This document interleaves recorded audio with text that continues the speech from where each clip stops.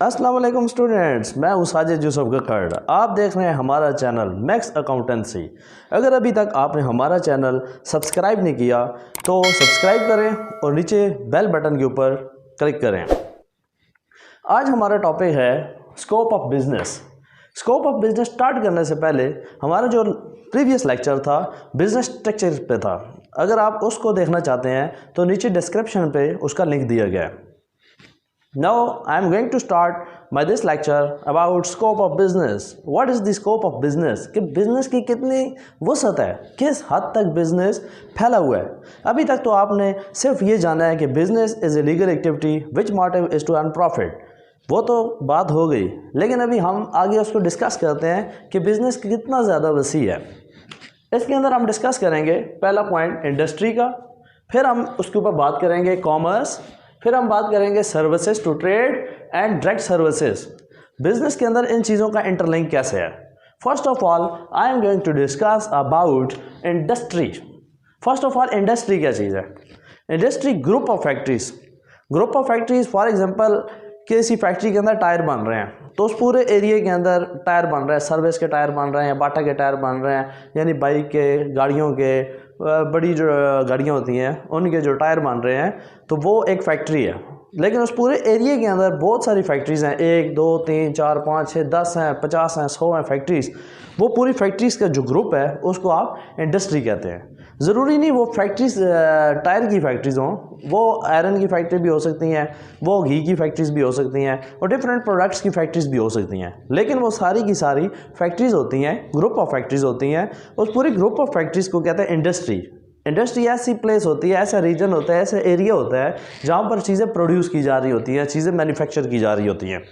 First of all in industries पहली ये जी genetic industry. Genetic industry के अंदर ऐसी इंडस्ट्री जिसके अंदर एनिमल्स को ब्रीड कराया जाता है। फॉर एग्जांपल लोग क्या करते हैं, मवेशी ले लेंगे, गाय ले लेते हैं, भैंस ले लेते हैं, बकरियां ले लेते हैं, ऊँट ले लेते हैं, डिफरेंट तरह के एनिमल्स ले लेते हैं, फिर इनकी ब्रीडिंग करते हैं। ब्रीडिंग करने के बाद उससे मज़ीद फर्दर जो है उसका जो नस्ल है उसको प्रोड्यूस करते हैं। तो this type of industry genetic industries. Animals के अलावा बर्ड्स की भी इंडस्ट्रीज होती है। जैसा कि आप देखें कुछ लोग ऑस्ट्रेलियन तोते ले लेते हैं, पैरट, अब उन तोतों को आपस में ब्रीड कराते हैं, तो उसकी भी इंडस्ट्री है। उसका जो बिज़नेस है वो इसके अंदर इंक्लूड होगा। एनिमल और प्लांट नर्सरीज जो हैं जेनेटिक इंडस्ट्री के अंदर आएंगी। नेक्स्ट जेनेटिक इंडस्ट्री के बाद है एक्सट्रैक्टिव। एक्सट्रैक्ट के लफ्ज़ निकला है, एक्सट्रैक्टिव जो है वो अखज़ करना, किसी चीज़ को निकालना, यानी ज़मीन के अंदर से किसी चीज़ को निकालना, एक्सट्रैक्ट करना। इसके अंदर एग्रीकल्चर आ जाती है, जैसा कि गंदम जो है वो काश्त की जाती है, वो ज़मीन के अंदर से गंदम के जो है दाने निकलते हैं, फिर हम उसको पिसवा के आटा बना के, फिर आटे से रोटी बना के खाते हैं। तो इस तरह की जो इंडस्ट्रीज़ होती हैं वो कौन सी होती है, एक्सट्रैक्टिव इंडस्ट्रीज़। या दूसरा देखें फॉरेस्ट्री इंडस्ट्रीज़, यानी जंगल के अंदर आप दरख्त जो होते हैं वो काटते हैं, फिर उस दरख्त की लकड़ी से कटिंग करके फिर उसके पॉलिशिंग करते हैं, फिनिशिंग करते हैं, असम्बलिंग करते हैं, यानी फर्नीचर वगैरह बनाते हैं, बेड हो गया, सोफ़े हो गए, चेयर्स हो गई। तो इस तरह की जो चीज़ें होती हैं, अलमारी वगैरह होती है, ये आप उससे बनाते हैं। या माइनिंग होती है, फिशिंग होती है, या हंटिंग, सारी जो इंडस्ट्रीज़ हैं वो किस में आ जाती हैं, एक्सट्रैक्टिव इंडस्ट्रीज़ में। Third one is manufacturing industry. Manufacturing industry से मुराद ऐसी इंडस्ट्री है जिसके अंदर आप चीज़ें प्रोड्यूस करते हैं, ठीक है। रॉ मटेरियल आप मार्केट से ख़रीदते हैं, उस रॉ मटेरियल को आप कटिंग करते हैं मशीन के अंदर, उसको असम्बल करते हैं, उसको आप कंप्लीट करते हैं, उसकी पॉलिशिंग करते हैं और उससे चीज़ें बनाते हैं। जैसे लकड़ी आपने बाज़ार से ख़रीदी रॉ मटेरियल यानी दरख्त की सूरत में, फिर उस दरख्त को आपने कटिंग की, कटिंग करके उसकी प्लाइयाँ बना लेते हैं, प्लाइयाँ बना के उसको असम्बल करते हैं, उसको जोड़ते हैं, उसको जोड़ के उसको फिनिश प्रोडक्ट के अंदर कंप्लीट करके उसको पॉलिश करके सेलेबल प्रोडक्ट के अंदर उसको कन्वर्ट कर देते हैं। ऐसी इंडस्ट्रीज़ को कहते हैं प्रोड्यूसिंग इंडस्ट्रीज़। जैसे जितने भी मार्केट के अंदर प्रोडक्ट्स आ रही हैं, जैसे प्लास्टिक की चेयर आ रही है, तो पीछे प्लास्टिक इंडस्ट्री के अंदर वो चीज़ें रॉ मटेरियल की सूरत में थी। प्लास्टिक दाना होता है, प्लास्टिक दाने को मशीन में डालते हैं और उसको पंप लगाते हैं, पंप लगाने के बाद वो चीज़ कन्वर्ट हो जाती है। बॉटल बनानी है तो बॉटल की डाई होगी, उसके अंदर बॉटल में कन्वर्ट हो जाएगी। चेयर बनानी है तो चेयर की डाई होगी, उसमें कन्वर्ट हो जाएगी। प्लास्टिक प्लेट बनानी है तो उसकी एक डाई होती है, उसके अंदर वो कन्वर्ट हो जाती है। तो इस तरह से जो इंडस्ट्रीज होती हैं उसे कहते हैं मैन्युफैक्चरिंग इंडस्ट्री, जो प्रोडक्शन का काम कर रही होती हैं। Third one is constructive industry. Construction का जो काम होता है, जैसे इंटरनेशनल नेशनल लेवल के ऊपर चले जाएं, गवर्नमेंट बड़े बड़े प्रोजेक्ट्स देती है, ब्रिजेस बनाने हैं, कहीं पर नहरें बनानी है, डैम बनाने हैं, तो बड़े लेवल के ऊपर जो कंस्ट्रक्शन की जाती है या प्लाटिंग करनी है, एक पूरा एरिया कवर कर लिया जाता है, उसके अंदर प्लाटिंग कर ली जाती है या उसको कंस्ट्रक्ट किया जाता है, उसके अंदर बिल्डिंग बनाई जाती है। इस तरह की इंडस्ट्री जो कंस्ट्रक्शन का काम करती है उसे कहते हैं जी कंस्ट्रक्टिव इंडस्ट्रीज़। नेक्स्ट, बिजनेस के अंदर यूटिलिटीज़ का बड़ा रोल होता है, क्योंकि बिजनेस जितने भी चल रहे होते हैं वो यूटिलिटीज़ पे चल रहे होते हैं। यूटिलिटीज़ मीन सुई गैस, इलेक्ट्रिसिटी एंड वाटर। बिजली होगी तो मशीन चलेगी, बिजली होगी तो वर्कर्स काम करेंगे, बिजली होगी तो एडमिनिस्ट्रेशन का काम चल रहा होगा, बिजली होगी तो अकाउंट्स का काम चल रहा होगा, क्योंकि ओवरऑल जो बिज़नेस है वो इलेक्ट्रिसिटी के ऊपर डिपेंड कर रहा होता है। अगर काम नहीं होगा तो लेबर बैठ जाएगी, वो कहेगी जी लाइट ही नहीं है, इलेक्ट्रिसिटी आ नहीं रही, तो हम कहाँ से मशीन को कैसे चलाएं, खुद तो हम बना नहीं सकते चीज़ें। तो क्योंकि सारी प्रोडक्शन किस पे हो रही है, मशीनरी पे हो रही है, तो जो जितना भी बिज़नेस है वो यूटिलिटीज़ के ऊपर डिपेंड कर रहा होता है। तो इट्स मीन दैट कि बिज़नेस का यूटिलिटीज़ का जो रोल है वो बिज़नेस के अंदर बहुत ज़्यादा अटैच है। ये थी जी हमारी डिस्कशन अबाउट इंडस्ट्रीज़। अब हम थोड़ा सा इसको फर्दर बढ़ाते हैं। Commerce. First of all commerce है क्या चीज़? कॉमर्स का जो स्कोप है वो बिज़नेस से एक्सटेंडेड है। बिज़नेस जो है वो कॉमर्स के अंदर आती है। अब कॉमर्स जो है वो हेल्पिंग होते हैं, all helping things which are in business. Business के अंदर जितनी भी हेल्पिंग जो चीज़ें होती हैं जो बिज़नेस को प्रमोट करती हैं या बिज़नेस को टेक देती हैं, तो वो तमाम चीज़ें क्या कहलाती हैं? कॉमर्स कहलाती हैं। सबसे पहले हम बात करते हैं कॉमर्स के अंदर होम ट्रेड की। होम, जैसे पाकिस्तान हमारा होम है, कंट्री हमारा होम है ये, तो इसके अंदर दो तरह की ट्रेड हम डिस्कस करते हैं। एक है जी होलसेल ट्रेड, एक होती है रिटेल ट्रेड। होलसेल ट्रेड से मुराद है ऐसी ट्रेड जिसके अंदर चीज़ें बल्क की सूरत में सेल की जाती हैं, यानी वहाँ पर यानी एक आइटम दे दो, 2 आइटम दे दो, 5 आइटम दे दो, इस तरह काम नहीं चलता। वहाँ पर बंदा कहेगा 500 आइटम दे दो, 1000 आइटम दे दो, 1500 आइटम दे दो, किसी भी प्रोडक्ट की कोई भी चीज़ हो सकती है, ठीक है, कोई भी गुड्स हो सकती हैं, उसकी बल्क की सूरत में आप जब हम चीज़ें सेल करते हैं या परचेज़ करते हैं, इस तरह के मार्केट्स को कहते हैं जी होलसेल मार्केट्स। और रिटेल जब वही चीज़ें छोटी मार्केट्स में आ जाती हैं, छोटे बाज़ारों में आ जाती हैं या छोटी गली मोहल्ले की दुकानों में आ जाती हैं, और वो 1 या 2 या 3 आइटम की सूरत में, थोड़ी थोड़ी आइटम की सूरत में चीज़ सेल आउट की जाती है दुकानों पे, तो this is called retail business. एक होता है foreign trade. Trade mean exchange of goods. Trade mean exchange of goods, जब चीज़ों का तबादला किया जाता है फॉर कैश और फॉर गुड्स, कैश के बदले चीज़ का तबादला किया जाता है या चीज़ के बदले चीज़ का तबादला किया जाता है, दैट इज़ कॉल्ड ट्रेड। तो अगली बात है फॉरेन ट्रेड। फॉरेन ट्रेड से मुराद है जब एक कंट्री दूसरे कंट्री के साथ चीज़ों का ट्रेड करता है, चीज़ों का तबादला करता है, तो that is called foreign trade. Foreign trade में सबसे पहले इम्पोर्ट्स, इम मीन अंदर, पोर्ट्स यानी अपने मुल्क में चीज़ मंगवाना, यानी दर आमद करना, दूसरे मुल्क से चीज़ ख़रीदना। जब हम किसी फॉरेन कंट्री से चीज़ ख़रीद के अपने कंट्री के अंदर लाते हैं, दैट इज़ कॉल्ड इम्पोर्ट्स। एक होती है एक्सपोर्ट्स। एक्स मीन बायर, एक्सपोर्ट्स यानी बाहर भेजना। जब हम चीज़ें दूसरे कंट्रीज़ को एक्सपोर्ट्स करते हैं यानी बेचते हैं, सेल आउट करते हैं, तो हमें फॉरेन एक्सचेंज आता है, पैसा आता है हमारे मुल्क में, लेकिन चीज़ें जाती हैं। This type of business are called export business. एक होता है री एक्सपोर्ट यानी दोबारा बाहर भेजना। यानी कभी कभी ये होता है, कुछ कंट्रीज़ होते हैं कि जिनको हम चीज़ें बेचते हैं, जैसे पाकिस्तान से मोस्टली तौर पर एग्रीकल्चर जो है वो एक्सपोर्ट की जाती है रॉ मटेरियल की हालत में, बहुत कम कीमत पे हम एक्सपोर्ट कर देते हैं। फिर हमारा नुकसान क्या है, हमारे पास मशीनरी नहीं है, न्यू टेक्नोलॉजी नहीं है, हम उसको यूटिलाइज़ नहीं कर सकते। बाहर जो डेवलप्ड कंट्रीज़ हैं वो उसका यूटिलाइज़ करते हैं, उससे डिफरेंट चीज़ें बनाते हैं और वो बनी हुई चीज़ें हमारे मुल्क में दोबारा भेज देते हैं। तो हमारी कंट्री में वो चीज़ें दोबारा जो हम री एक्सपोर्ट करते हैं ना, वो दोबारा चीज़ें हमारी आ जाती हैं। तो this type of business are called re export. इसके अंदर री एक्सपोर्ट दो मैं आपको बताता जाऊँगा। कुछ चीज़ें ऐसी होती हैं जो हम अपने मुल्क में मंगवाते हैं, दोबारा मंगवाते हैं, ठीक है। ऐसी चीज़ जो हमने एक्सपोर्ट की थी रॉ मटेरियल में, वो चीज़ हमने कंप्लीट गुड्स में दोबारा इंपोर्ट की है, ठीक है। और कभी कभी ऐसे होता है हम रॉ मटेरियल में कुछ चीज़ मंगवाते हैं, उसको हम कंप्लीट करके दूसरे मुल्क को भेजते हैं, तो उसको कहेंगे री एक्सपोर्ट। ये दो कंसेप्ट हैं, इनको मिक्स नहीं करना है। आगे चलते हैं जी। ये हमारी आ गई होम ट्रेड और फॉरेन ट्रेड। ये किस चीज़ के अंदर हमने डिस्कस की है? कॉमर्स के अंदर डिस्कस की है।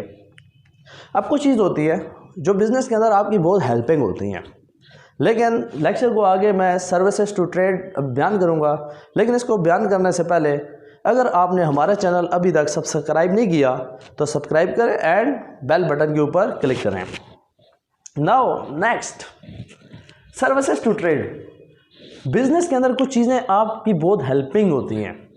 वो चीज़ें क्या हैं? फर्स्ट ऑफ ऑल ट्रांसपोर्टेशन यानी एक सिटी से, फॉर एग्जांपल रावलपिंडी से चीज़ हमने भेजनी है लाहौर, तो सबसे पहले हम सिलेक्शन ऑफ ट्रांसपोर्टेशन करेंगे कि चीज़ कैसे भेजनी है। क्या रेलगाड़ी के ज़रिए भेजनी है, क्या बस के ज़रिए भेजनी है, या किसी एजेंसी को हमने चूज़ करना है कैसे भेजनी है, या बाय एयर भेजनी है। चीज़ को ट्रांसपोर्टेशन को सिलेक्ट करेंगे, चीज़ को एक सिटी से दूसरे सिटी में या एक कंट्री से दूसरे कंट्री में भेजने के लिए।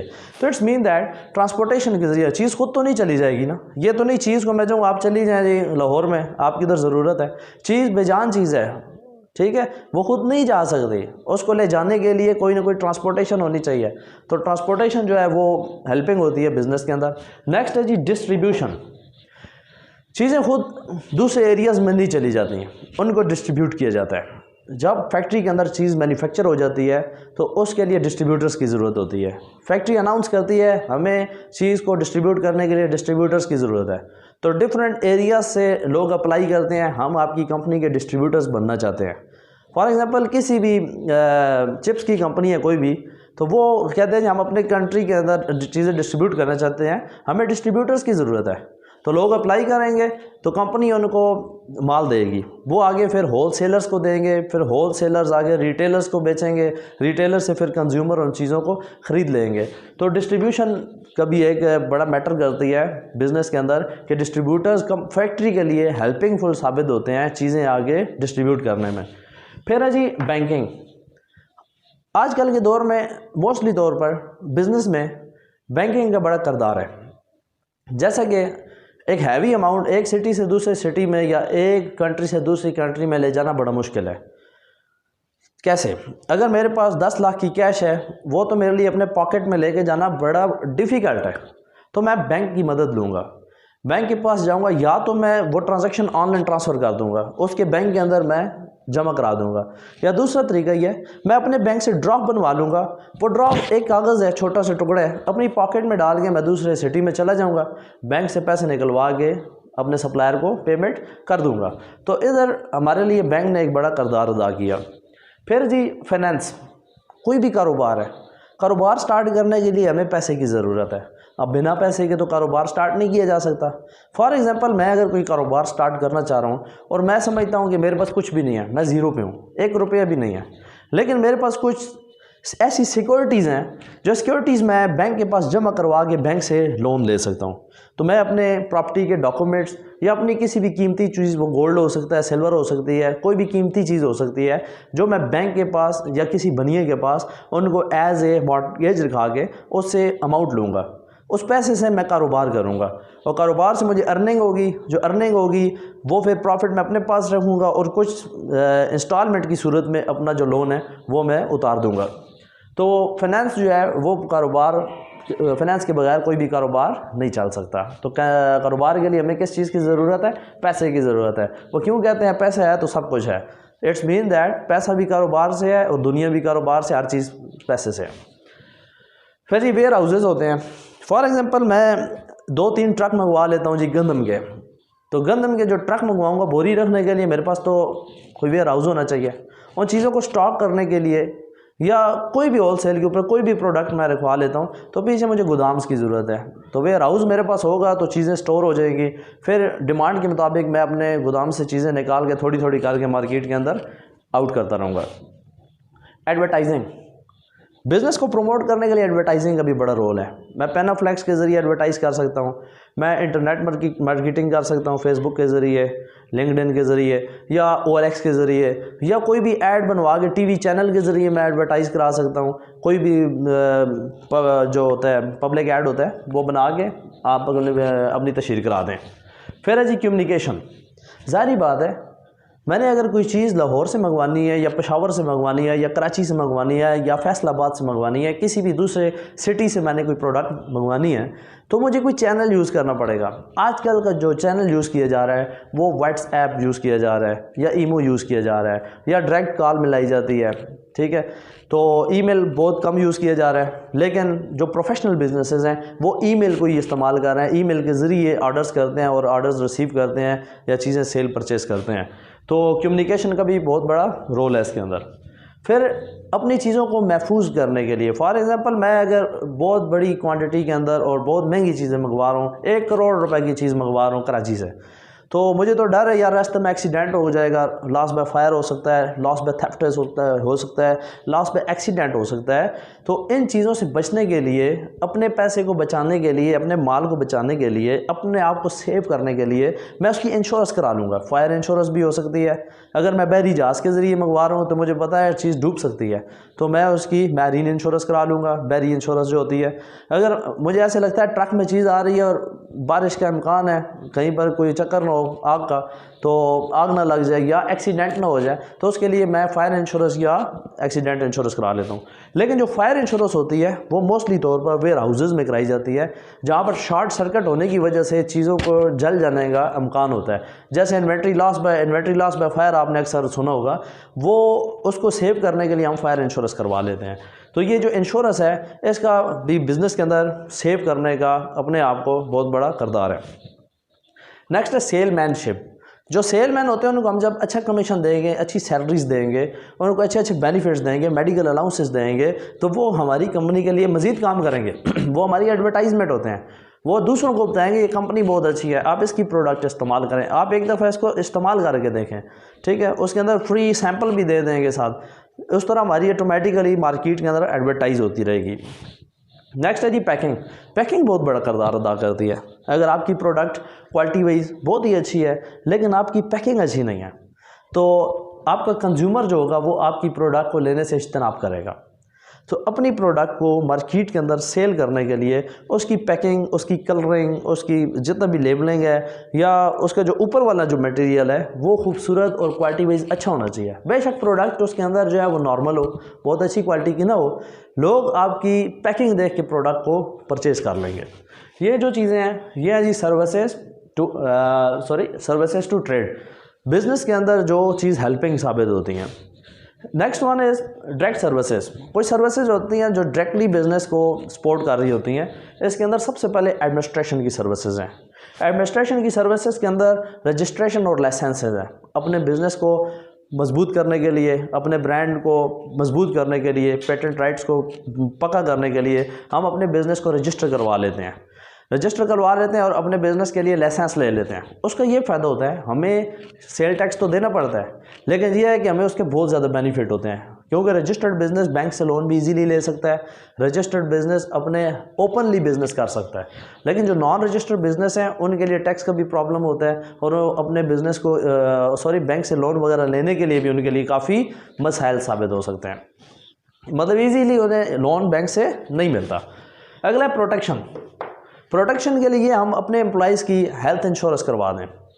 जैसा कि किसी कॉलेज के अंदर टीचर्स हैं, तो टीचर्स को सपोर्ट करने के लिए क्या जाता है, आप टीचर्स की पे के अंदर से ही इंश्योरेंस प्रीमियम पे होनी है, ठीक है। तो उसको प्रोटेक्ट करने के लिए आप उसे एक बेनिफिट दे दें, जी हम आपको हेल्थ इंश्योरेंस दे रहे हैं। हेल्थ इंश्योरेंस एम्प्लॉई की दे दें, उसकी फैमिली की दे दें, उसकी बच्चों की दे दें, क्योंकि वो जितने भी डैमेजेस हैं वो इंश्योरेंस कंपनी से क्लेम होंगे, इंश्योरेंस कंपनी ही पे करेगी। तो उसमें एम्प्लॉयर का कुछ नहीं जाता। यह है कि एम्प्लॉई के लिए काफ़ी उसके लिए बेनिफिट्स हो जाते हैं। हेल्थ इंश्योरेंस के बाद, प्रोटेक्शन के बाद हम बात करते हैं जी प्रोफेशनल। बिज़नेस के अंदर हमें अपने बिज़नेस को उसका ऑडिट करवाने के लिए या कोई भी लीगल मैटर्स करने के लिए प्रोफेशनल्स की ज़रूरत होती है। हमें लायर्स की खिदमात की ज़रूरत होती हैं, हमें चार्टर्ड अकाउंटेंट की या कॉस्ट एंड मैनेजमेंट अकाउंटेंट की इनकी खिदमात ज़रूरत होती हैं, ताकि आया कि हमें ये पता चल सके हमारे बिज़नेस में कहीं पर एरर्स या फ्रॉड्स तो नहीं हो रहे हैं। तो उन एरर्स या फ्रॉड से बचने के लिए हम इन प्रोफेशनल्स को एक अच्छी सैलरी दे देते हैं। फॉर एग्जांपल किसी चार्टर्ड अकाउंटेंट को आपने हायर कर लिया है, आपका करोड़ों का अरबों का बिजनेस है और आपने एक चार्टर्ड अकाउंटेंट को अगर 2 लाख या 1.5 लाख या 3 लाख रुपये पे दे दी मंथली, तो उससे आपका नुकसान नहीं होगा। बल्कि क्या होगा, आपके करोड़ों का बिजनेस के अंदर से करोड़ों के लॉसेस को वो कंट्रोल कर लेगा, रिड्यूस कर लेगा। जैसा कि आप टैक्स कंसल्टेंट को हायर करते हैं, वो टैक्स के मामले में आपकी सारी रहनुमाई करेगा। नेक्स्ट लास्ट है जी लेयर्स। लेयर्स कारोबार के लिए बहुत ज़रूरत है, बहुत ज़्यादा ज़रूरी चीज़ है, क्योंकि जो बिजनेसमैन है या उसके एम्प्लॉइज़ हैं वो पूरा वीक काम कर के मिटली तौर पर थक जाते हैं।